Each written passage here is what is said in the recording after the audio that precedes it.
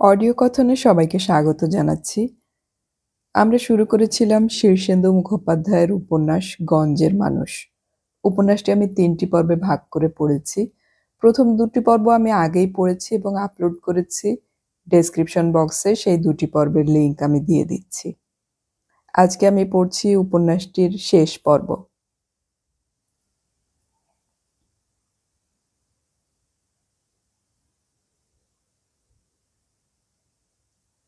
রাতে ভালো ঘুম হয় না আজকাল। এখন প্রথম শীত পড়েছে। তুলোর ওয়ার গায়ে দিয়ে পাতলা একটা ওম হয়, চড়ুই পাখির বুকের মতো। তাতে নিঝুম ঘুম হয়, কিন্তু বনলতার হয় না। মাথাটা বড্ড গরম হয়ে ওঠে। মাঝরাতে উঠে বাথরুমে যায়। হিম হয়ে থাকা জল কপালে ঘাড়ে থাপড়ায়। আবার চুপ করে এসে শোয়। চোখ লেগে আসে। তখনই আবার দুঃস্বপ্ন দেখে। চমকে ঘুম ভেঙে যায়। জগন্নাথ কি ঘুমোয়? বোধ হয় না। মাঝে মধ্যেই দেখেছে সে জগন্নাথ উঠে সিগারেট খাচ্ছে জানালার কাছে দাঁড়িয়ে। বনলতা চেয়ে থাকে। বড্ড কষ্ট হয়। এই লোকটাকে সে কত ভালোবাসতো কদিন আগেও। আজও কি বাসে না? কিন্তু ভালোবাসা জিনিসটা সঠিক হিসেবে আসে না। সকলের ভালোবাসা কি সকলের মাপ মতো হয়?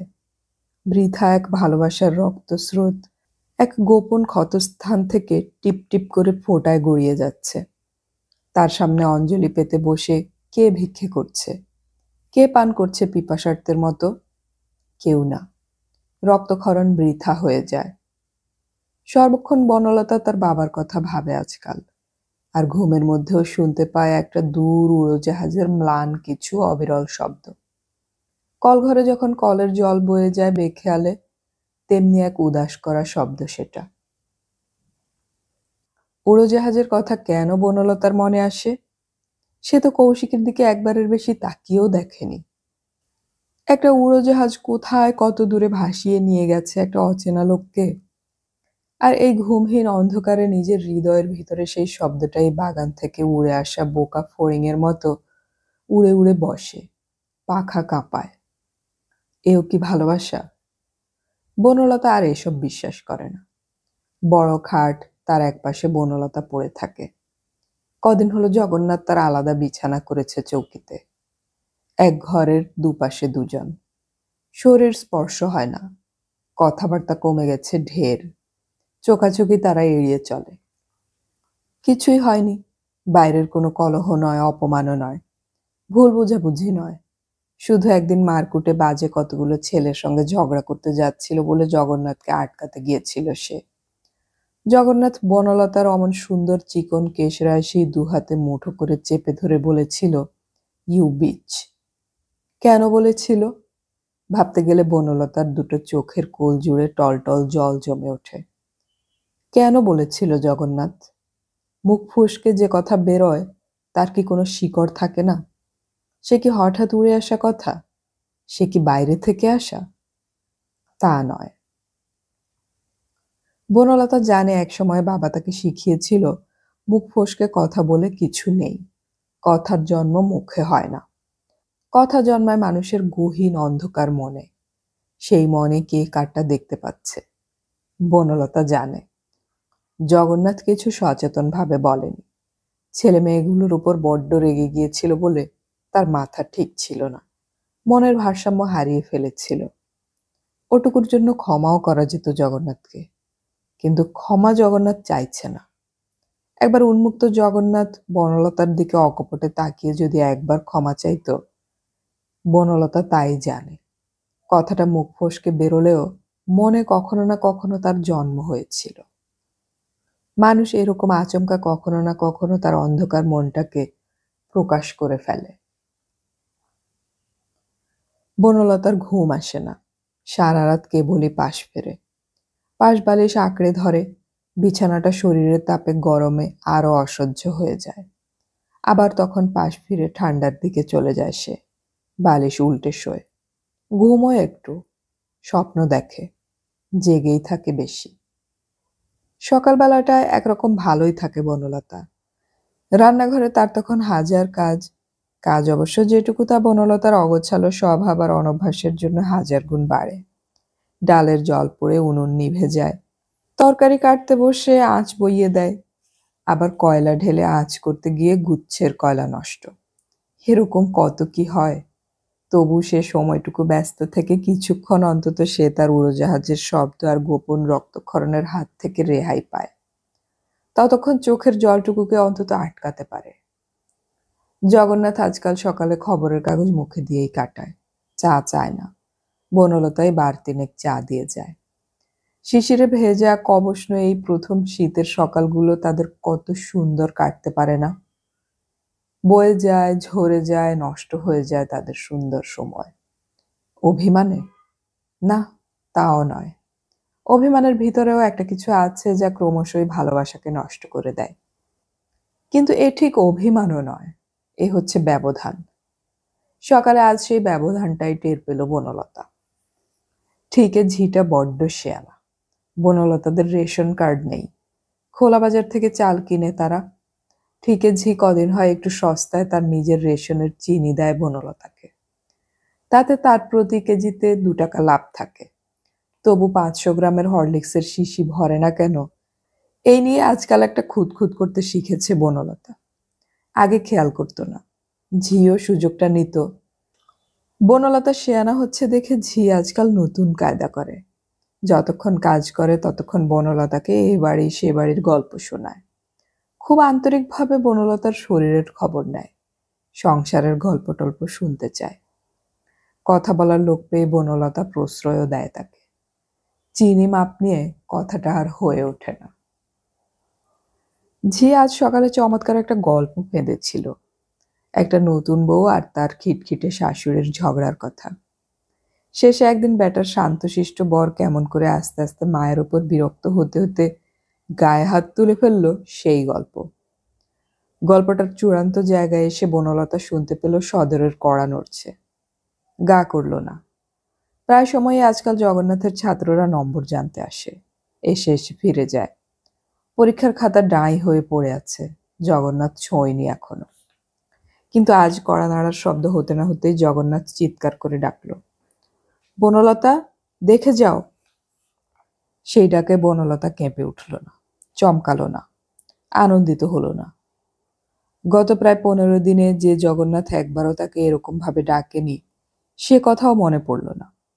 নিরুত্তাপভাবে সে উঠল।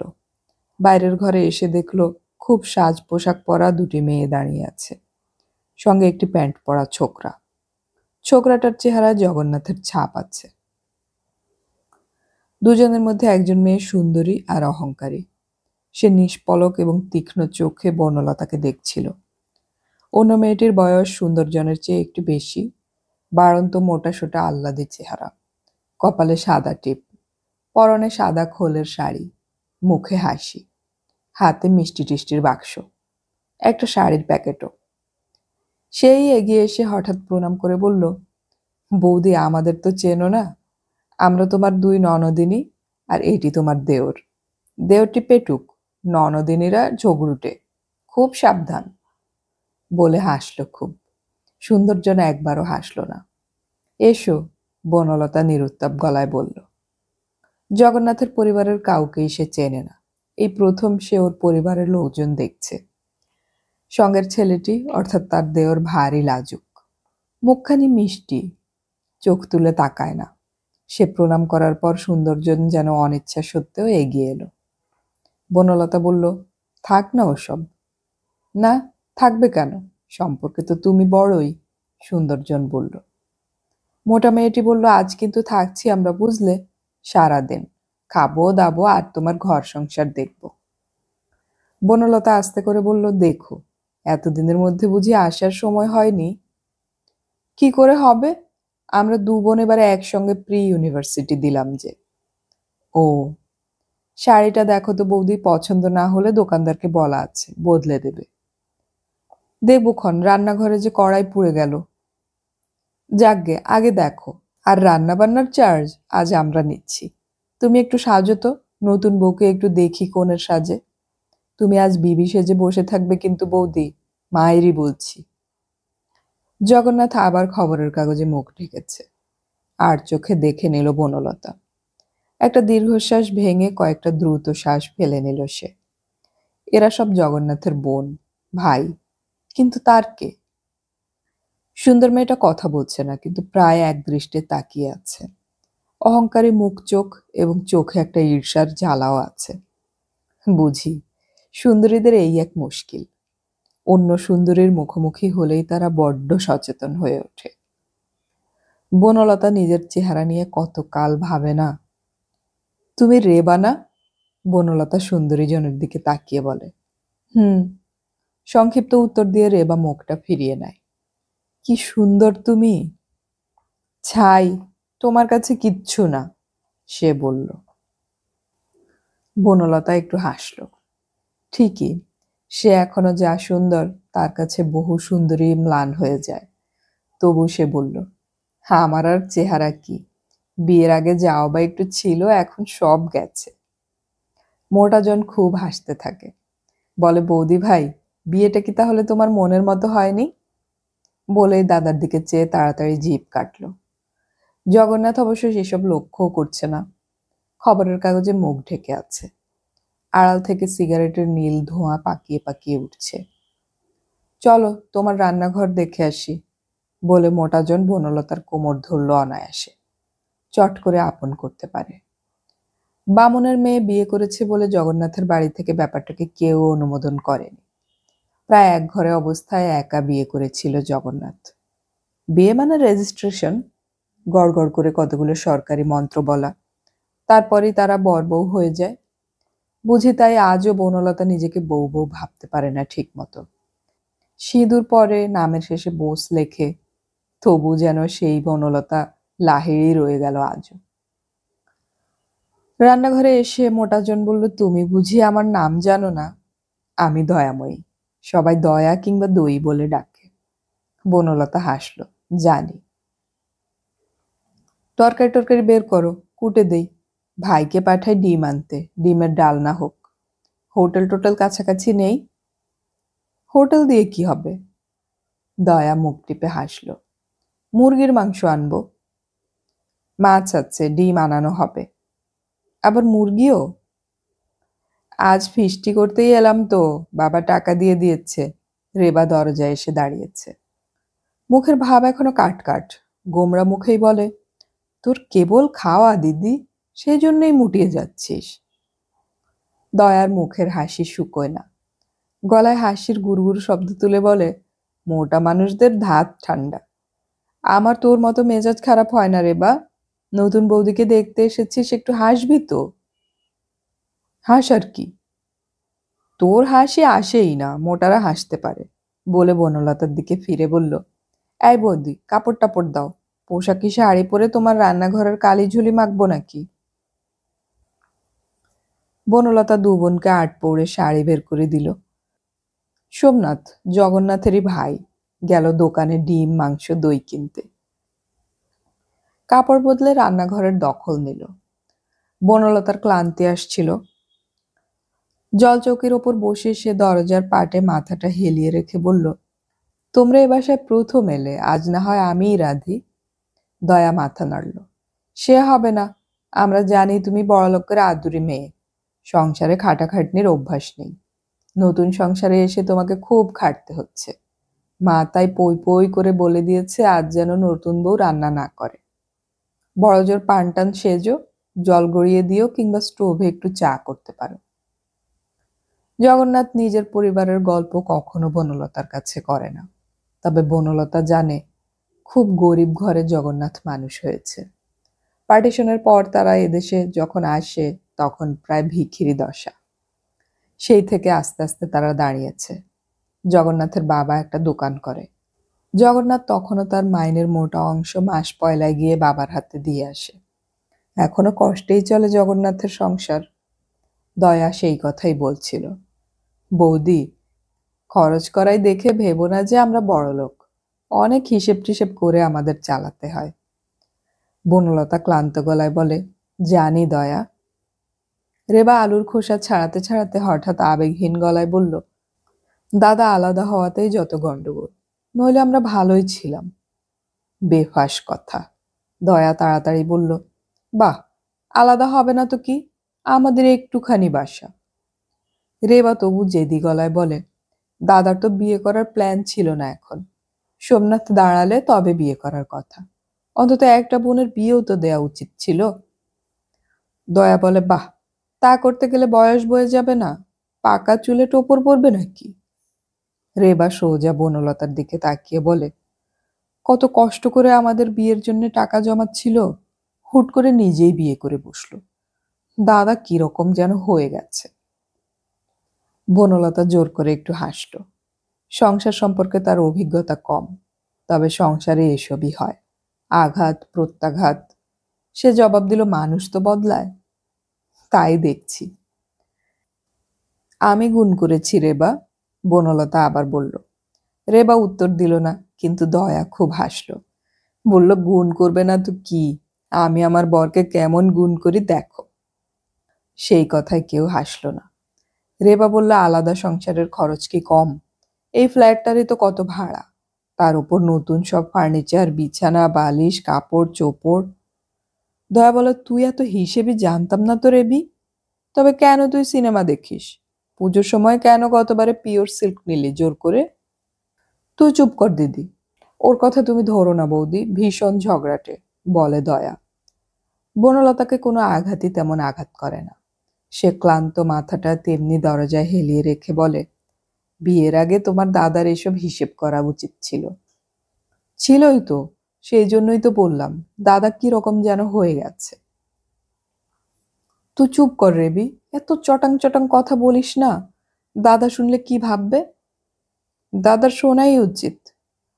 বনলতা উঠে বলল, দয়া, আমি 10 মিনিট একটু শুয়ে থেকে আসছি, বড্ড মাথা ধরেছে। দয়া ব্যগ্র হয়ে বলে, আমি সঙ্গে আসবো, টিপে দেবো একটু মাথাটা? না, একটু শুয়ে থাকলেই সেরে যাবে, কিছু দরকার হলে ডেকো। কিচ্ছু দরকার হবে না, আমরা সব খুঁজে পেতে নেব। তুমি বরং মাথা ধরা সারলে নতুন শাড়িটা পরো। রেবা হঠাৎ মুখ তুলে বলে, বৌদি, শোয়ার ঘরে আরেকটা বিছানা কার? কেউ এসেছে তোমাদের বাড়িতে? না, বনলতা উত্তর দিল, আমরা আলাদা আলাদা শুই। আলাদা শো? ভারী অবাক হয় রেবা। দয়া বলে, আলাদা শোয়াই আজকাল ফ্যাশন। শোয়ার ঘরে এসে বনলতা দেখলো জগন্নাথ তেমনি বসে আছে আধশোয়া হয়ে, খবরের কাগজ সামনে খোলা, কিন্তু সেদিকে মন নেই। অন্যমনস্কভাবে জানালার বাইরে আকাশের দিকে চেয়ে মাথায় লম্বা অবিন্যস্ত চুলে আঙুল ডুবিয়ে বিলি কাটছে। বনলতার হাতের বাউটি দুটো বজ্র শব্দ করে। সেই শব্দে জগন্নাথ ফিরে তাকালো, চোখে চোখ। ওরা কি আজ থাকবে নাকি? জগন্নাথ জিজ্ঞেস করে। হুম। জগন্নাথ হঠাৎ ঝাঁঝালো গলায় বলে, যত ঝামেলা, হঠাৎ এভাবে ওদের আসার কি দরকার ছিল? তুমি ওদের জিজ্ঞেস করো। কেন এসেছে তা তোমাকে বলেনি? বলেছে ফিস্টি করতে এসেছে। কেন, এটা কি বোটানিক্যাল গার্ডেন নাকি যে ফিস্টি করতে এসেছে? বনলতা একটু অবাক হয়ে যায়। জগন্নাথের সঙ্গে তার পরিবারের সম্পর্ক যে এতটা তেতো তা সে আন্দাজ করেনি। সেই তিক্ততার কারণ সে নিজেই কিনা তাই বা কে জানে। বনলতা কোনো উত্তর দিল না। খাটের বিছানায় বেড কভার পাতা, নির্ভাজ সুন্দর বিছানাটায় গিয়ে শুয়ে পড়ল। জগন্নাথের দেশালয় জ্বালবার শব্দ হয়, সিগারেটের সুন্দর গন্ধটি পায় বনলতা। উপর হয়ে শোয়া সে, দুহাতের মধ্যে ঢাকা তার মুখখানা। বনলতার চোখ জলে ভেসে যাচ্ছে আপনা থেকেই। জগন্নাথ অনেকক্ষণ বাদে বলল, ওই যে ছোটজন রেবা, ও সবই লক্ষ্য করে যাচ্ছে, গিয়ে মাকে লাগাবে, বিচ্ছু একটি। বনলতা চুপ করে রইল। শোয়ার ঘরে দুটো আলাদা বিছানায় তারা দুজন আধশোয়া হয়ে শুয়ে আছে। তবু মনের দুস্তর এক সামুদ্রিক জলরাশির দূরত্বে তারা দুই চলিষ্ণু জলযান, যাদের পথ বিপরীতমুখী। এখন এই বিছানা থেকে ইচ্ছে করলে রুমাল নেড়ে জগন্নাথকে বিদায় জানানো যেতে পারে। একটি হাত নরমভাবে বনলতার মাথা স্পর্শ করে। একটু ঝিম ধরে থাকে বনলতা। না, জগন্নাথ নয়, এতটা সাহস জগন্নাথের আর নেই। বৌদি, কার গলা তা ঠিক বুঝতে পারে না বনলতা, তবে স্বরের নম্রতা আর আন্তরিকতা শুনে অনুমান করে দয়া। হুম, উত্তর দেয় সে। কড়া করে চা করে এনেছি, খাও। খাবো না, চা আমি বেশি খাই না, বনলতা মাথা না তুলেই বলে। ওঠো না বৌদি ভাই, তুমি রাগ করেছ? কারো সামনে চোখের জল মোছা বড্ড মুশকিল, তাই সহসা বনলতা মুখ তুলতে পারছিল না। বৌদি ভাই, ওঠো। স্খলিত আঁচল চোখের কোণে চেপে জলটা মুছে বনলতা উঠে বসে। তারপর অবাক হয়, চা করে এনেছে দয়া নয়, রেবা। মুখের রুক্ষ ভাবটা যেন বৃষ্টিতে ধুয়ে কমনীয় হয়ে গেছে মেয়েটার। অকপট চোখে বনলতার দিকে একটু চেয়ে থেকে হঠাৎ গলা নামিয়ে ফিসফিস করে বলে, কাঁদছিলে? না, ব্যথায় চোখে জল এসেছিল। বনলতার হাতে চায়ের কাপটা দেয় রেবা, পাশে বসে। তারপর বনলতার বাঁ হাতখানা হাতে তুলে নিয়ে তেমনি চাপা গলায় বলে, আমার মাথার অনেকগুলো স্ক্রু ঢিলে আছে, সবাই আমাকে পাগল বলে, আমার কথায় কেউ কিছু মনে করে না। বলে হাসল। ওর সামনের দুই দাঁতের মাঝখানে একটু পোকায় খাওয়া কালো দাগ, তবু হাসিটি যে কত সুন্দর তাই প্রথম বোঝা গেল। সে আবার ফিসফিস করে বলল, আমাদের বাড়িতে একমাত্র বাবা ছাড়া কেউ আমাকে দেখতে পারে না। কেন? ওই যে বড্ড কথা শোনাই সবাইকে, তেমনি ফিসফিস করে বলে রেবা। বনলতার হাতখানা দু হাতের চেটোয় ময়দা মাখার মতো পিষতে পিষতে সে তেমনি চাপা গলায় বলল, আমার কথা ধরতে নেই বৌদি ভাই, তুমি কেঁদেছ বলে আমারও কান্না পাচ্ছে। চলো তো বাইরের ঘরে যাই, এখানে কথা হয় না। বনলতা চুপ করে থাকে, চায়ে চুমুক দিয়ে তেতো মিষ্টি স্বাদটা অনুভব করে। জগন্নাথ তেমনি পাথরের মতো বসে আছে, বাইরে চোখ। বনলতা আর জগন্নাথের সম্পর্কের ব্যবধান যে কোনো বাইরের লোক তাদের বসবার ভঙ্গি থেকেই ধরে ফেলতে পারে। বনলতা উঠে বলে, চলো। তারা বাইরের ঘরে এসে বসে, বড় বেতের সোফায় পাশাপাশি। আর হাতটা ধরে থেকেই রেবা বলে, সামনের মাস থেকে তুমি কি আমাদের বাড়িতে থাকবে? বনলতা প্রশ্নটা বুঝতে না পেরে বলে, তার মানে? মানে আবার কি, সামনের মাস থেকে তো তোমাকে কোথাও গিয়ে থাকতেই হবে, হয় আমাদের বাড়ি নয়তো তোমার বাপের বাড়ি। কেন? বাহ, তবে কি তুমি এই বাসায় তুমি একা একা থাকবে? দাদা যে চলে যাচ্ছে। বনলতার হঠাৎ একটু শীত করে বুঝি। প্রশ্ন করে, কোথায়? তুমি আচ্ছা হাবা মেয়ে তো, দাদা ভিসা পেয়ে গেছে, এখন চলে যাবে না বিলেতে? ভিসা পেয়ে গেছে? বলে বনলতা একটু চেয়ে থাকে। রেবা একটু সন্দেহের চোখে বনলতার দিকে চেয়ে থাকে। বলে, কেন বৌদি, তুমি কিচ্ছু জানো না? বনলতা সামলানোর চেষ্টা করে। বলে, জানি। তবে ওরকম করছো কেন, যেন কিছুই জানো না? বনলতা চুপ করে থাকে। রেবা তেমনি তার হাতখানা নিয়ে খেলা করতে করতে বলে, তুমি যদি বাপের বাড়ি থাকতে চাও তো আলাদা কথা, কিন্তু আমাদের খুব ইচ্ছে তুমি আমাদের কাছে থাকো। একটু অসুবিধে হবে তোমার, কিন্তু দেখো, আমরা তোমাকে নিয়ে খুব হুল্লোড় করব, সময়টা কেটে যাবে হু হু করে। আমাকে যতটা খারাপ ভাবছো ততটা কিন্তু নই গো, তোমাকে খুব ভালোবাসবো, থাকবে আমাদের কাছে? বনলতা আস্তে ধীরে চা খেতে খেতে পা দোলায়। হঠাৎ তার ভার বুকখানা হালকা লাগতে লাগে। বন্ধ ঘরে হঠাৎ যেন হাওয়া বাতাস খেলা করে যায়। বনলতা টের পায়, অদূরে তার মুক্তি। সে হেসে বলল, দেখি, এখনো কিছু ভাবিনি। তুমিও একটা পাগল, আমার মতো। তারপর গলাটা আরো নামিয়ে রেবা কানের কাছে মুখ নিয়ে এসে বলে, কবে থেকে চলছে? কি? তোমাদের ঝগড়া? যা, ঝগড়া কোথায়? তোমরা বড্ড ছেলে মানুষ বৌদি, সকলেরই ঝগড়া হয়, কিন্তু বাইরের লোক এলে তারা ঝগড়াটা ঢাকা দিয়ে রাখে। তোমাদের ঝগড়া একটা বাচ্চাও বুঝতে পারে। বলো না কবে থেকে? পা দোলাতে দোলাতেই বনলতা বলে, ঝগড়া নয় রেবা। গুল দিও না, নইলে ভিসার কথা তুমি জানো না কেন? জানতাম, খেয়াল ছিল না। রেবা হাসে। খেয়াল ছিল না? বর ৩-৪ বছরের মেয়াদে ৫,০০০ মাইল দূরে চলে যাচ্ছে, আর তোমার খেয়াল ছিল না? তাহলে বলো, তুমি আমার দাদাকে ভালোবাসো না। কে জানে, ভালোবাসাটা আমি বুঝি না। বোঝো না তো বিয়ে করেছিলে কেন, ইয়ার কি? বনলতা হঠাৎ গলায় একটা গুড় গুড় শব্দ তুলে বাচ্চার মতো দুষ্টু হাসি হাসে। বলে, অ্যাডভেঞ্চার করে দেখলাম। রেবা হাসছিল। ক্ষীণ হাসিটা হঠাৎ গিলে ফেলে খুব সিরিয়াস গলায় বলল, বৌদি, একটা কথা বলবো, কিছু মনে করো না। বলো না। জগন্নাথ ভিসা পেয়েছে, সামনের মাসে চলে যাবে, এই সংবাদটাই যেন হঠাৎ বনলতার সব ক্লান্তি হরণ করে নেয়। মনটা ভারী ঝরঝর লাগে। পা দোলাতে দোলাতে সে উৎসুক চোখে রেবার দিকে চেয়ে থাকে। রেবা নিবিড়ভাবে বনলতার মুখের দিকে চেয়েছিল। চোখ না সরিয়েই বলল, তুমি এত সুন্দর যে তোমাকে যেমন তেমন ঘরে একদম মানায় না। ওটা বাজে কথা, আমি তেমন সুন্দরীই নই। রেবা হাতখানা জোরে চেপে ধরে বলে, বাজে কথা বলো না। তুমিও জানো তুমি কেমন সুন্দর। আমার দাদার কিচ্ছু গ্ল্যামার নেই, না চেহারায় না চাকরিতে। উদ্বাস্তু কলোনিতে আমাদের বাড়ি। কি দেখে তুমি দাদার প্রেমে পড়বে বলো তো? আমি শুনেছি তোমার বাবা খুব বড়লোক, তোমার জন্য খুব ভালো পাত্রও পাওয়া গিয়েছিল। তুমি ফ্রাঙ্কলি বলো তো, কেন দাদাকে বিয়ে করলে? বনলতা তেমনি হাসতে থাকলো। রেবা ভ্রু কুচকে বনলতার দিকে চেয়ে থেকে বলে, আমরা সবাই এই নিয়ে বাড়িতে আলোচনা করি। মা আর বাবা অবশ্য ভাবে তাদের ছেলে মস্ত কেউকেটা, তাকে বিয়ে করে তুমি বর্তে গেছো।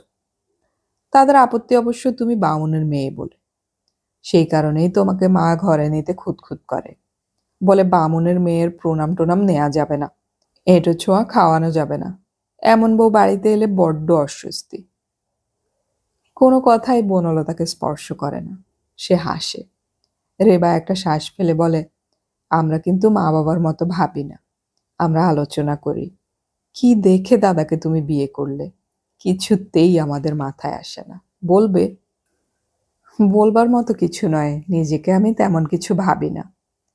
রেবা বলে, তোমার মায়েরই খুব বড় লোকের ঘরে বিয়ে হলেই মানায়। কেবল সাজগোজ, আয়নায় মুখ দেখা, নানা কসমেটিক্স, গাড়িতে করে মার্কেটিং, এইসবই তোমাকে মানায়। রান্নাঘরে বসে উনুন ধরানো, গেঞ্জি কাচা, ঝিয়ের সঙ্গে ক্যাচ ক্যাচ, এসব তোমার কম্য নয়। বনলতা একটা চোরা শ্বাস টানলো, বুকটা ফুলে উঠল অনেকটা। রেবা মুখখানা গম্ভীর করে বলে, দাদা বড় হঠাৎ বিয়েটা করে ফেললো। ও যে কাউকে ভালোবাসে তা কখনো টেরই পায়নি। মেয়েদের সঙ্গ পছন্দ করতো না। একটা মেয়ে বলেই সতর্ক হয়ে থেমে গেল। বনলতা মাথা নেড়ে বলল, জানি। নিতা তো? রেবা ঝুঁকে বলে, তুমি জানো? জানি, চিনিও, একদিন এসেছিল এখানে। বড় ভালো মেয়ে। রেবা একটা দীর্ঘশ্বাস ছেড়ে বলে, খুব ভালো। আমাদের সকলের খুব পছন্দ ছিল ওকে, কেবল দাদারই ছিল না। দাদা বলতো ও হ্যাংলা মেয়ে, দাদার পিছনে নাকি লোভীর মতো ঘুরত, দাদার তাই রাগ। বনলতা হাসে খুব, বলে, তবে যে বলো তোমার দাদার কোনো গ্ল্যামার নেই? না থাকলে নিতা পিছু নিয়েছিল কেন? নিতা তো তোমার মতো নয়, সে সাধারণ ঘরের মেয়ে, তেমন সুন্দর টুন্দরও কিছু নয়, তার কাছে দাদা দেবতা। কিন্তু তুমি বৌদি, তোমার কথা আলাদা। ওসব কথা থাক রেবা, যা হওয়ার হয়ে গেছে। রেবা বনলতার হাতখানা তখনও ধরে রেখেছে। বলল, আমি বড্ড বেশি কথা বলি, সেজন্য বকাও খাই, কিন্তু যা মনে আসে তা বলে না ফেলতে পারি না। এসব কথা কি আমার অন্যায় হলো বৌদি? কি জানি ভাই, তবে প্রসঙ্গটা ভালো লাগে না। তবে বলো, তোমাদের ঝগড়া হলো কি নিয়ে? ঝগড়া হয়নি, বিশ্বাস করো। তবে তোমরা দুজনে কেন গাল ফুলিয়ে আছো? কেন আলাদা বিছানায় শো? বনলতা একটু ইতস্তত করে বলল, সেটা হয়তো ভুল বোঝাবুঝি। রেবা গম্ভীর মুখে বলে, আমার কি ভয় হয় জানো? কি? তোমাকে দেখে আমার কেবলই মনে হচ্ছে এ যেন ঠিক জোড় মেলেনি, তোমাদের মধ্যে অনেক তফাৎ। হবে বৌদি, তোমাদের খুব ভাব হোক, তোমরা দুজন দুজনকে ভালোবেসো। বনলতা ম্লান মুখে একটু ঠাট্টার চেষ্টা করে, ভালোবাসারই তো বিয়ে। তাই তো ভয়। তাই তো ভয় মানে? ভালোবাসার বিয়েকে আমি একদম বিশ্বাস করি না। ভালোবাসাটা বড্ড পলকা জিনিস। বনলতা রেবার গালে ঠোসা দিয়ে বলে, হ্যাঁ, তো জানলে কি করে? জানি, আজকাল সবই জানি। আমি এই বয়সে 2টো লাভ অ্যাফেয়ার কাটিয়ে এসেছি। 2টো? দুটো, বনলতা হালকা গলায় বলে। আর আমি একটাই কাটিয়ে আসতে পারলাম না। রেবা নিষ্পলক চোখে বনলতার মুখের দিকে চেয়ে থেকে বলে, একটা? একটা। ইস বৌদি, প্রেমের ব্যাপারে তোমার কোনো অভিজ্ঞতাই ছিল না, না? না রেবা। রেবা দুঃখিত মুখে আস্তে করে বলল, তাই? তাই কি? তাই বেছে নেওয়ার সুযোগ পাওনি। বনলতা হঠাৎ বলল, তোমার দাদার সম্পর্কে তুমি এত হতাশ কেন? হতাশ না, হতাশ হব কেন? আমি শুধু দাদার স্ট্যাটাস আর পার্সোনালিটির একটা তুলনা করছি তোমার সঙ্গে। মিলছে না। বনলতা মনে মনে রেবাকে ভয় পাচ্ছিল। মেয়েটা গন্ধ পায়, বুদ্ধিও রাখে, হয়তো স্থির বুদ্ধি নয়, তবু ওর অনুভূতি প্রখর। হঠাৎ রেবা বনলতার দিকে চেয়ে একটা পরিষ্কার স্বচ্ছ হাসি হাসল। ওই হাসিটা এতক্ষণের সব কথাকে ভাসিয়ে নিয়ে গেল যেন। আচমকা রেবা বলল, এই জন্যই আমি জীবনে কখনো সুখী হতে পারবো না, জানো? কি জন্য? আমি ভীষণ খুঁতখুঁতে, আমার ভীষণ বুদ্ধি, দুই মিলে আমি মেয়ে হিসেবে ভীষণ বেমানান। কোনো পুরুষই আমার মনের মতো হয় না। এত বেশি খুঁতখুঁতে হওয়া ভালো নয়। তাছাড়া আমি অনেক বেশি কিছু টের পাই, যা আমার মা বাবা দাদা দিদি কেউ টের পায় না। কি টের পাও? রেবা গুচ্ছ হাসি মুখে রেখেই বলল, যেমন এখন টের পাচ্ছি। আমার কেমন যেন মনে হচ্ছে তোমাকে বৌদি হিসেবে শেষ পর্যন্ত আমরা পাবো না। তুমি ঠিক তোমার জায়গায় ফিরে যাবে। কেঁপে উঠল বনলতা। মেয়েটা বড্ড রাক্ষসে কথা বলে। রেবা একটা শ্বাস ফেলল। বনলতা হাতটা খুব জোরে একবার চেপে ধরে ছেড়ে দিয়ে বলল, দাদা বিলেতে যাবে বলে তোমার একটুও দুঃখ হয়নি? বনলতা অস্বস্তিতে উঠে দাঁড়িয়ে বলল, চলো, রান্নাঘরে দয়া একা পড়ে আছে। রেবা মুখ তুলে হাসল, হাসতেই থাকলো। দুদিন জোর বৃষ্টি নেমে শীত পড়ে গেল প্রায়। পুজোর এখনো বেশ দেরি, তবু রানাঘাটের আশেপাশে কুয়াশা নামে, শিশির পড়ে। বৃষ্টিতে এবার পুকুর ভরে বিশুর পোল্ট্রির ভেতরে জল এসে গেল। মুরগির মস্ত খাঁচাটার তলায় 1 কি 2 ইঞ্চি নিচেই জল। বাগানের দিকটায় 5 লরি মাটি ফেলেছিল সে। পুরনো মাটির রসকস শুকিয়ে গেছে, গাছপালা তেমন বাড়ে না। একটা কবিরাজি কোম্পানির সঙ্গে বন্দোবস্ত করেছিল বিশু। কালো মেঘ, কুলেখাড়া, বসাক, বুড়ো নিমের শিকড়, এমনি আরো অনেক গাছগাছড়া সাপ্লাই দেবে। ভেষজের গাছ করলে লাভ বেশি। জমিও আর একটু বাড়ানোর ইচ্ছে ছিল। পোল্ট্রির পিছন দিকটায় একটা মজে আসা মস্ত পুকুর। সেটার মালিক মুর্শিদাবাদের এক মুসলমান লোক, এখানে থাকে না। ফলে পুকুরের ধারে ধারে মাটি ফেলে আশেপাশের লোকেরা একটু একটু করে এনক্রোচ করে নিচ্ছে। বিশুও করেছে খানিকটা। ভেষজ করতে গেলে একসঙ্গে অনেকটা জায়গা দরকার।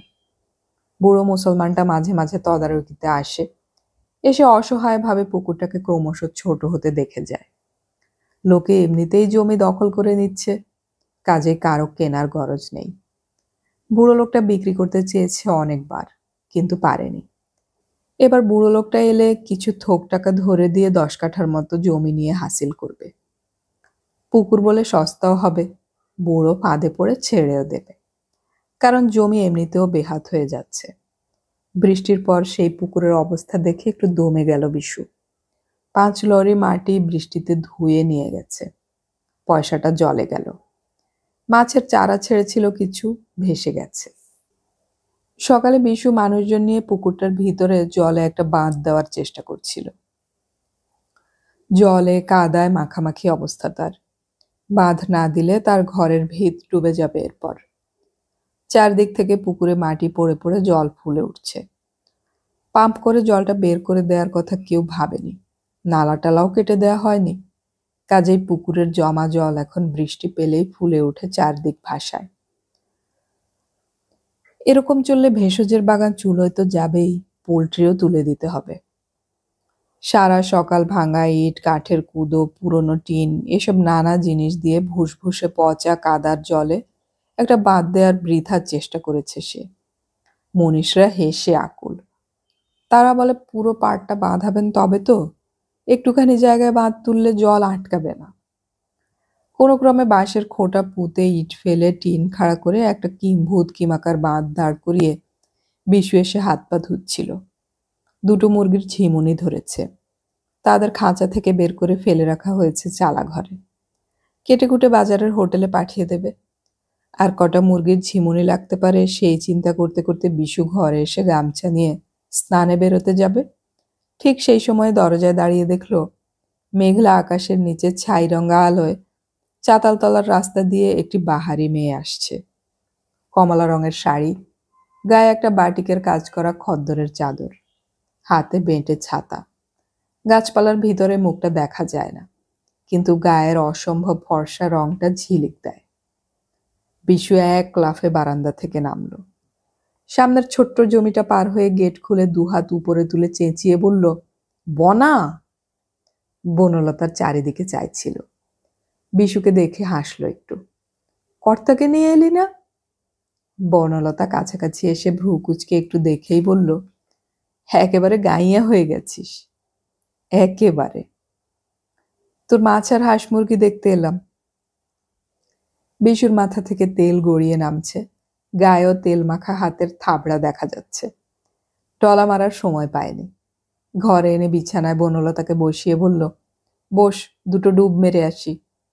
বনলতা দম নিয়ে বলল, বিশু, 3:30 গাড়িতে তুই আমার সঙ্গে কলকাতায় যাবি। কেন? কাজ আছে। কি কাজ? স্নান করে খেয়ে নে তাড়াতাড়ি, বলছি। বিশু বনলতার মুখখানা এক পলক দেখে ঘাড় হেলিয়ে বলল, বনা, তোকে খুব হ্যাপি দেখাচ্ছে। কোনো খারাপ কিছু হয়নি যে, সে সম্পর্কে আমি শিওর। খারাপ কি হবে? একটু দোনমনো করে বিশু বলল, তোর সম্পর্কে কেবল খারাপ চিন্তা আসে। সেদিন তোর বাড়িতে গিয়ে তোকে ভালো দেখে আসিনি বনা। বনলতা হাসছিল, বলল, খারাপের কি, ভালোই তো আছি।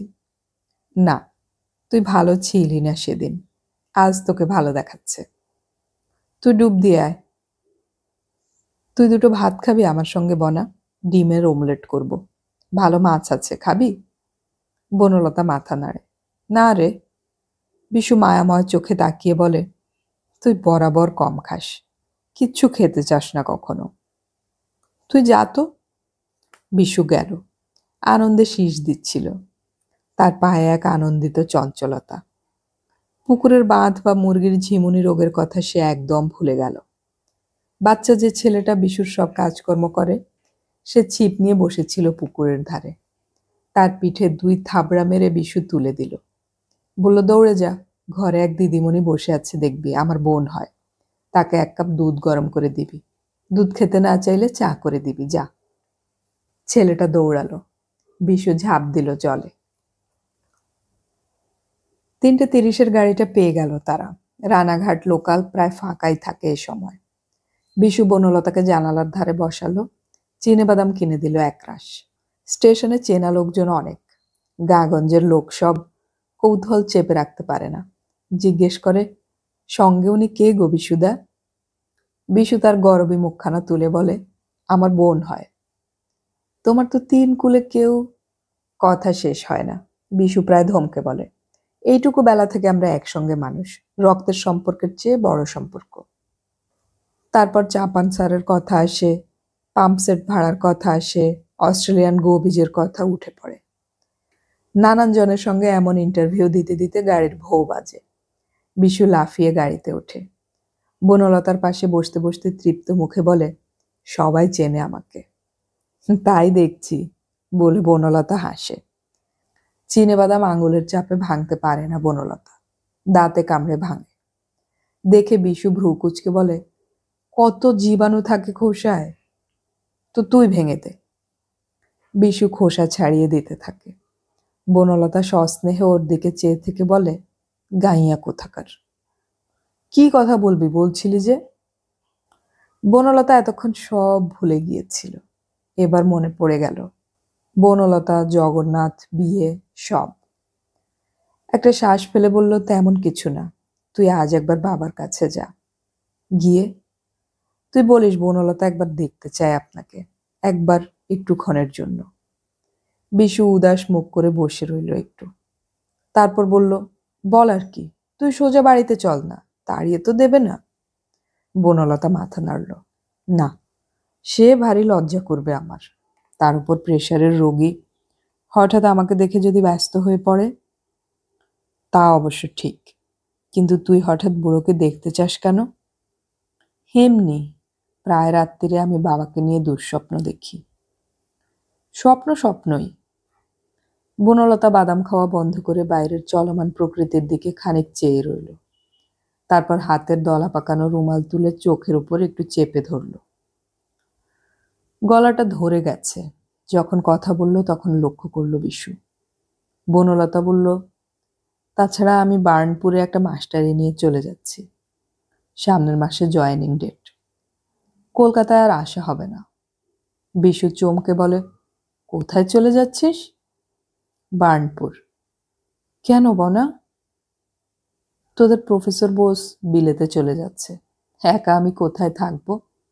ওরা অবশ্য আমাকে শ্বশুরবাড়ি নিয়ে যেতে চায়। গতকাল আমার শ্বশুর শাশুড়িও এসেছিল সেই কথা বলতে, কিন্তু আমি যাব না। যাবি না কেন? এমনি, বড় সংসারে থাকতে আমার ভালো লাগবে না। তার চেয়ে বাইরে মাস্টারি নিয়ে থাকতেই ভালো লাগবে। হোস্টেলে ওরা জায়গা দেবে বলেছে। বিশু একটু ভেবে বলে, কাজটা ভেবে চিন্তে করছিস তো? বনলতা আস্তে আস্তে বলল, ভাবনা চিন্তা করার মতো মাথার জোর আর আমার নেই। কি করছি ভালো না মন্দ কে জানে, আমার হয়ে ভাববারও তো আর কেউ নেই। কাজেই যা ভালো বুঝছি করছি, যা হওয়ার তা হবে। বিশু হঠাৎ সচেতন হয়ে বলে, কাকাবাবুর কাছে ফিরে জানাবো না? বাবা আমাকে আর নেবে না। কে বলল? আমি গিয়ে রাজি করাবো আজই। বনলতা ম্লান হাসে। আমি বাবারই মেয়ে বিশু, জেদ আমারও কিছু কম নয়। বাবার কাছে আমি থাকবো না। শুধু বলিস একবার দেখতে চাই। বাড়িতে ঢুকবোও না। বাবা বাইরের বারান্দায় দাঁড়িয়ে থাকবে, আমি নিচের রাস্তায় দাঁড়িয়ে দূর থেকে 1 মিনিটের জন্য দেখে নেব। বিশুর চোখ ছলছল করছিল। সে বলল, কি বলছিস এসব? অত নাটক করার দরকার নেই। চল, আজই তোকে কাকার কাছে নিয়ে যাই। দূর বোকা, এতক্ষণ তবে কি বললাম তোকে? বাবা আমাকে দেখলেই উত্তেজনায় হঠাৎ একটা কাণ্ড বাঁধিয়ে বসবে। বলে বনলতা আবার চোখ চেপে ধরে রুমালে। কিছুক্ষণ কথা বলতে পারে না। বিশু অপেক্ষা করে। তারপর এক সময় বলে, বোস সাহেবের সঙ্গে তোর কিছু হয়নি তো? কি হবে, কিছু হয়নি। বোস সাহেবের জন্য একদিন সব ছেড়ে ছুড়ে এলি। কাকাবাবুর কথা তখন তো ভাবিসনি বনা। আজ আবার কাকাবাবুর জন্য অস্থির হয়েছিস। তার মানে যার মুখ দেখে সব ভুলেছিলি, তার মুখ এখন আর তোকে ভুলিয়ে রাখতে পারছে না। বনলতা তার লালচে চোখ করে বিশুর দিকে তাকায়। হঠাৎ একটু হাসে। বলে, তোকে যতটা গাইয়ে ভেবেছিলাম ততটা তুই নোস তো। কি সুন্দর সাজিয়ে গুছিয়ে কথা বলছিস। ইয়ার কি দিস না বনা, আমি সিরিয়াসলি বলছি। বোস সাহেবের সঙ্গে তোর কিছু হয়নি তো? না রে, ভদ্রলোকের মধ্যে ঝগড়াঝাটি হয় না। তাদের সম্পর্ক খুব ভদ্র থাকে। কেবল ভিতরে একটা সুইচ অফ হয়ে যায়, টেরও পাওয়া যায় না। বিশু কথাটা না বুঝে তাকিয়ে রইল। বনলতা জানালার ধারে মাথাটা হেলিয়ে বলে, অনেকটা ট্রেন জার্নি করেছি, আজ আর আমাকে বকাস না বিশু। আমি একটু চোখ বুজে থাকি। থাক। বলে বিশু সাবধানে শার্টার বন্ধ করে দিচ্ছিল। বন্ধ করছিস কেন? এ লাইনে মাঝে মাঝে চাষার ছেলেরা গাড়িতে পাথর ছুঁড়ে মারে। বনলতা স্নিগ্ধ হেসে চোখ বন্ধ করল। শিয়ালদা থেকে দুজন আলাদা হয়ে গেল। বিশু যাওয়ার সময় বলল, বড্ড নাটুকে ব্যাপার হয়ে যাচ্ছে রে। কাকাবাবুকে ওই বারান্দায় দাঁড়ানোর কথা বলাটা যে কি শক্ত কাজ। বনলতা হাসল। বলল, শক্ত কাজ বলেই তো তুই পারবি। তুই সোজা কাজ কবে পেরেছিস? তবু বড্ড যাত্রার ঢঙের ব্যাপার হয়ে যাবে। বরং তুই একদিন বাড়িতে আসতে চাস, সেই কথাই বলে আসব। না বিশু, আমি বাড়িতে ঢুকবো না। বিশু হাসল। বলল, পাগল। শীতের বেলা টপ করে ফুরিয়ে যায়। শিয়ালদার জ্যাম পার হতে হতেই বিশুর সন্ধে হয়ে গেল। যখন বনলতাদের বাড়িতে পৌঁছালো তখন অন্ধকার হয়ে এসেছে। সিঁড়ি ভেঙে ওপরতলায় এলো। সদরটা খোলা। বোধহয় দরজা খুলে রেখে বাচ্চা চাকরটা কোথাও গেছে। ঘর অন্ধকার। সামনের ঘর পার হয়ে বিশু ভিতর দিকের ঘরে এলো। জানালার কাছে ইজি চেয়ার, তাতে আধশোয়া হয়ে বসে আছেন বনলতার বাবা। আবছা দেখা যায়, আঙুলের ফাঁকে অন্য মনে ধরে থাকা সিগারেট পুড়ে যাচ্ছে, পাকিয়ে উঠছে ধোঁয়া। বিশু ডাকলো না, চেয়ে রইল। লোকটা এখন বনলতার কথা ভাবছে বোধহয়। বিশু একটা দীর্ঘশ্বাস খুব নিঃশব্দে ছাড়ল। দৃশ্যটা দেখতে তার খুবই ভালো লাগে, বড্ড করুণ আর বড্ড সুন্দর। দৃশ্যটা ভেঙে দিতে ইচ্ছে হয় না, কিন্তু বিশুকে ফিরতে হবে। রাত 8টার ট্রেনটা ধরতে না পারলে বড্ড অসুবিধে। ঝিমুনি লাগা মুরগি দুটোর ব্যবস্থা করে আসেনি, অনেক কাজ পড়ে আছে। বিশু ইজি চেয়ারের পিছন দিকটায় হাত রেখে ডাকল, কাকাবাবু। উনি চমকে মুখ ফেরালেন। কে? আমি বিশু। ও, কি খবর? ভালোই, কেমন আছেন? খারাপ কি? আজ অফিসে যাননি? গিয়েছিলাম, কামাই বড় একটা করি না। বিশু আর কথা খুঁজে পেল না। বনলতার বাবাই আবার বলেন, কাল বেরিয়ে পড়ছি। কোথায়? বিশু একটু অবাক হয়ে বলে, প্রথমে বেনারস, তারপরে উত্তরে হিমালয়ের দিকে। দিল্লি আগ্রা ঘুরে মাস 2 পরে ফিরব, যদি বেঁচে থাকি। হঠাৎ বেরোচ্ছেন কেন?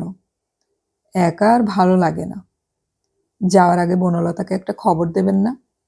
উনি মুখ তুলে অন্ধকারে বিশুর দিকে তাকানোর চেষ্টা করে বললেন, তাকে জানানোর কি? সে কি জানতে চায়? চায় কাকাবাবু। বনলতা আপনার জন্য বড় কান্নাকাটি করে। তুই কি সেখানে যাস? যাই। ঘরদোর কেমন দেখলি? ভালো আছে?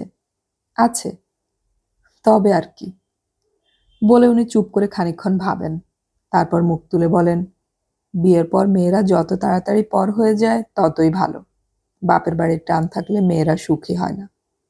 বনার সঙ্গে দেখা হলে কথাটা আমি বলেছি বলে বলিস। বলবো। সেই ছোকরাটা কি প্রফেসরি করে? কেমন ছেলে? ভালোই। বনার সঙ্গে সম্পর্ক কেমন? ভালো। তবে বনা কাঁদে কেন? কাঁদতে বারণ করিস। বেশি কান্নাকাটি করলে ছোকরাটা হয়তো ভাববে বনার বাপের বাড়ির টান বেশি রয়ে গেছে। পুরুষেরা চায় তাদের বউ একেবারেই তাদের হয়ে থাক। তাই কি হয়? বনা আপনার কাছে একবার আসতে চায়। তার আর সময় কই, কাল বিকেলেই আমার গাড়ি। যদি অনুমতি দেন তো কাল সকালে ওকে নিয়ে আসি। বাইরের রাস্তায় ও দাঁড়াবে, আপনি বারান্দা থেকে ওকে দেখা দেবেন। উনি সবিস্ময়ে মুখ তুলে বলেন, বাড়িতে আসতে পারে, তবে কাল সারাদিন আমার অনেক কাজ, অফিসেও যেতে হবে। ওর বর বিলেতে চলে যাচ্ছে 3 বছরের জন্য। বিলেতে? কেন? For higher studies. উনি চুপ করে থাকেন, একটু পরে বলেন, বনা কোথায় থাকবে? শ্বশুর বাড়িতে, নাকি সেও সঙ্গে যাচ্ছে? না, বনা চাকরি নিয়েছে বার্নপুরে, মাস্টারি। উনি আবার চুপ করে থাকেন, তারপর বলে, কৌশিকও বিলেতে গিয়েছে। কে? কৌশিক। ছেলেটার কথা প্রায়ই মনে পড়ে, বড় ভালো ছেলে ছিল। জগন্নাথও ভালো ছেলে। উনি শ্বাস ছেড়ে বলেন, হবে। আজকাল ভালো ছেলেতে দুনিয়া ভরে যাচ্ছে, সবাই ভালো। বনাকে কি কাল আনবো? না। কেন? আমার সুন্দর মেয়েটাকে যদি একটু রোগা বা একটু বিমর্ষ দেখি তবে আমার মাথায় আগুন জ্বলে যাবে। তার চেয়ে না দেখাই ভালো। কষ্টটা প্রায় সয়ে এসেছে, এটাকে আবার বাড়তে দেয়া ঠিক হবে না। আপনি কি এখনো একটুও ক্ষমা করেননি? উনি চুপ করে হাতের উপর থুতনি রেখে সামান্য চেয়ে রইলেন, তারপর বললেন, আমি ক্ষমা করার কে? বামুন কায়েতের বিয়ের নিয়ম নেই, সেটা বহু যুগের প্রথা। সে বিয়ে ভাঙার অধিকার আমার নেই। কেউ যদি ভাঙে তাকে আমি ক্ষমা করার অধিকারীও নই। সে সমাজের কাছে অপরাধী, আমার ক্ষমায় কি আসে যায়? নিয়মটা আজকাল সবাই ভাঙছে, ঘরে ঘরে হচ্ছে। নিয়মটা লোকে ভাঙছে, তবু নিয়মটা কিছু আছেই, পাল্টে যায়নি। বিধান কি লোকের ইচ্ছে বদলায়? বনা যদি সুখী হয় তবে? বনাকে কি তুই সুখী দেখলি? বিশু একটু ইতস্তত করে, বলে, সুখী তো। তবে কাঁদে কেন? সে আপনার জন্য। আমার জন্যই বা কাঁদে কেন? বাপের বাড়ির জন্য কোন মেয়ে দিনের পর দিন কাঁদে? বরং বিয়ের পরই তারা কিছুদিন সুখে থাকে। স্বামীর আদর সোহাগ, নতুন সংসারে নতুন লোকজনের সঙ্গে মেলামেশা, এসব তো বড় সুন্দর ব্যাপার। বনা তবে কাঁদে কেন? বিশু চুপ করে থাকে। উনি গম্ভীর গলায় বলেন, বনা সুখী নয়। বিশু একটু চমকায়। উনি আবার বলেন, কিন্তু সেটা আমার কাজ ছাড়া হয়ে আছে বলেও নয়, আমি সবই টের পাই। বিশু মেঝের ওপর অনেকক্ষণ বসে রইল। বাচ্চা চাকরটা ফিরে এসেছে। বাইরের ঘরের বাতি জ্বালল। রান্নাঘরের টুকটাক শব্দ আসছে। দরজা বরাবর ওঘর থেকে একটা বাঁকা চৌকো আলো এসে এ ঘরে পড়েছে। তার ক্ষীণ আলোর আভায় বিশু দেখে কাকাবাবুর মুখখানা বড় উদাসীন, যেন বা পৃথিবীর সব প্রিয়জনের মুখ ভুলে যাওয়া এক বৈরাগ্য। প্রকৃত এক তীর্থযাত্রীর মতো দেখাচ্ছে তাকে। বিশু আচমকা জিজ্ঞেস করে, বনার কি হবে কাকাবাবু? উনি তেমনি অচঞ্চল ভাবে বলেন, বিশু, বনা কখনো সুখী হবে না। কেন? ওর ভাগ্য। বড় বেশি আদরে মানুষ করেছি বলে ও একটু স্বেচ্ছাচারী হয়েছিল। এখন কর্মফল ভোগ করছে। আমিও করছি। তুই মাঝে মাঝে ওকে দেখতে যাস। যাব। বিশু উঠল। শরীরটা বড় ভার লাগছে তার। মনটা অন্ধকার, একটু জ্বর জ্বর ভাব। বলল, চলি কাকাবাবু, আয়। বনলতাকে একবার খবর দিয়ে গেলে হতো। একবার ভাবল। তারপর ভাবল, থাক, কিছুটা সময় বনলতা অপেক্ষাকৃত সুখে থাক, তারপর তো জানবেই। ঘর ফাঁকা। গতকাল বনলতা বার্নপুরে চলে গেছে।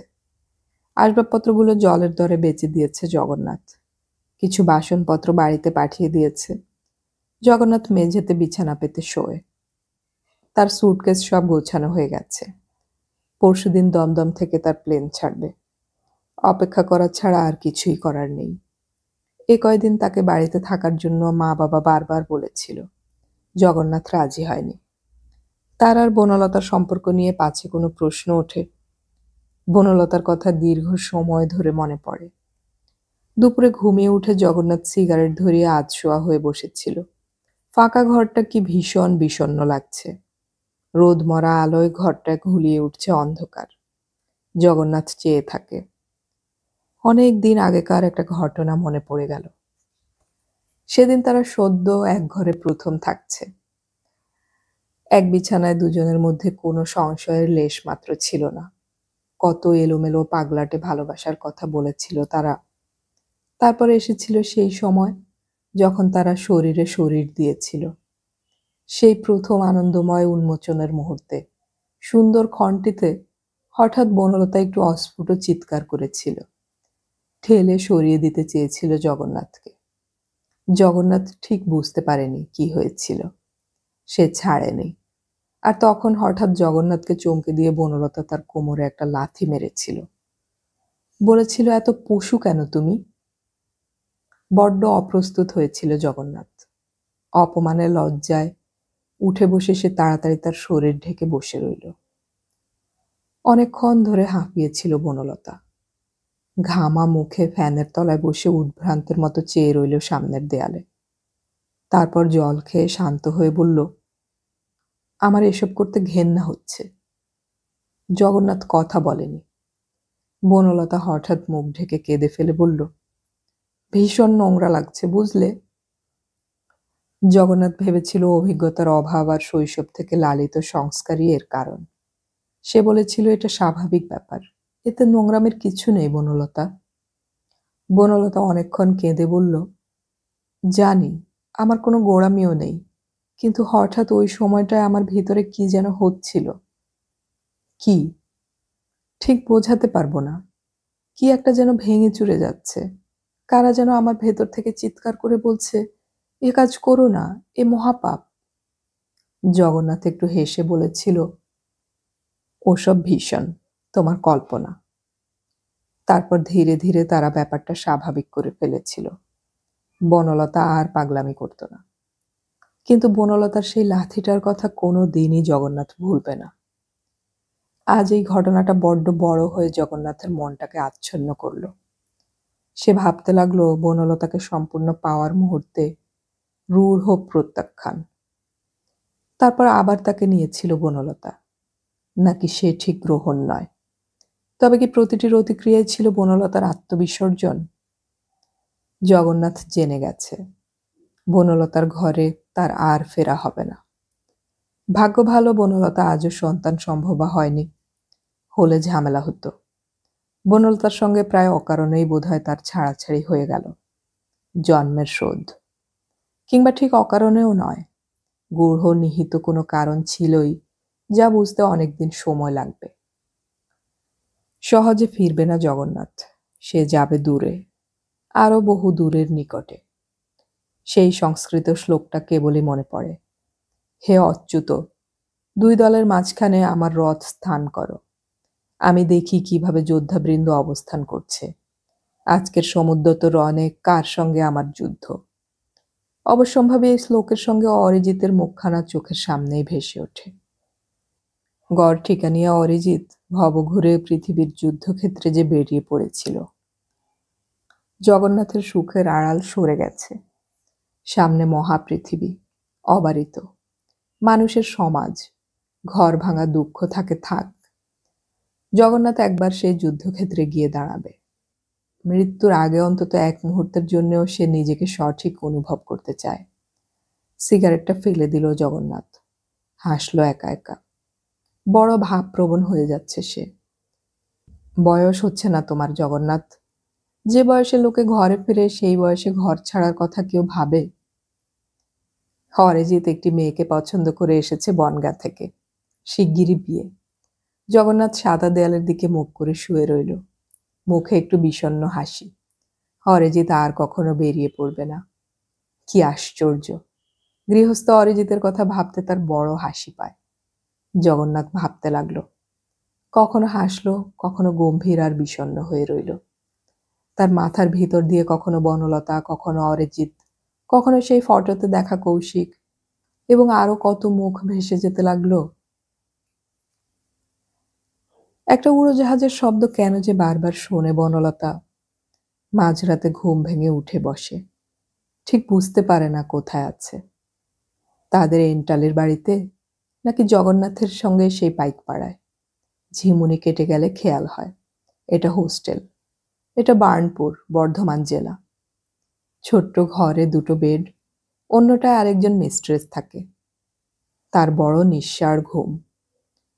উড়োজাহাজের শব্দটা ভালো করে শুনবার জন্য বনলতা জানালায় এসে দাঁড়ায়।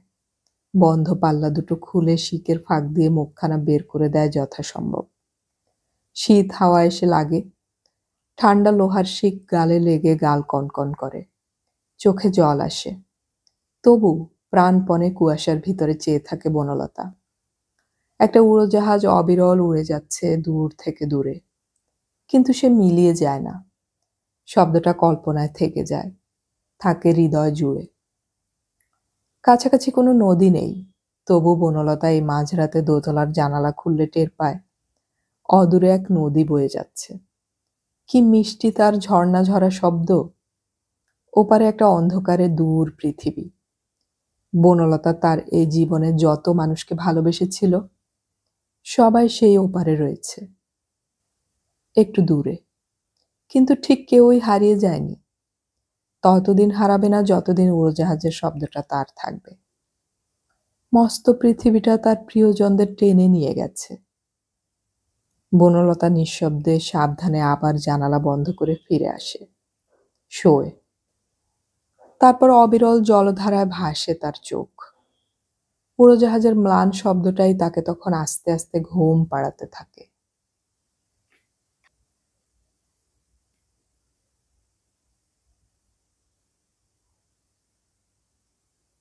এতক্ষণ আমি পড়ে শোনালাম শীর্ষেন্দু মুখোপাধ্যায়ের উপন্যাস গঞ্জের মানুষ এর শেষ পর্ব। অডিও কথনে আমাদের গল্প পাঠ ভালো লাগলে চ্যানেলটি সাবস্ক্রাইব করে রাখুন এবং বন্ধুদেরকে শেয়ার করুন। আমাদের গল্প পাঠ আপনাদের কেমন লাগছে তা কমেন্টে অবশ্যই জানাবেন। কোনো গল্প পাঠের অনুরোধ থাকলে সেটাও কমেন্টে জানাতে পারেন। গল্প পড়ি, গল্প শুনি, বাংলা গল্প ছড়িয়ে পড়ুক সবখানে।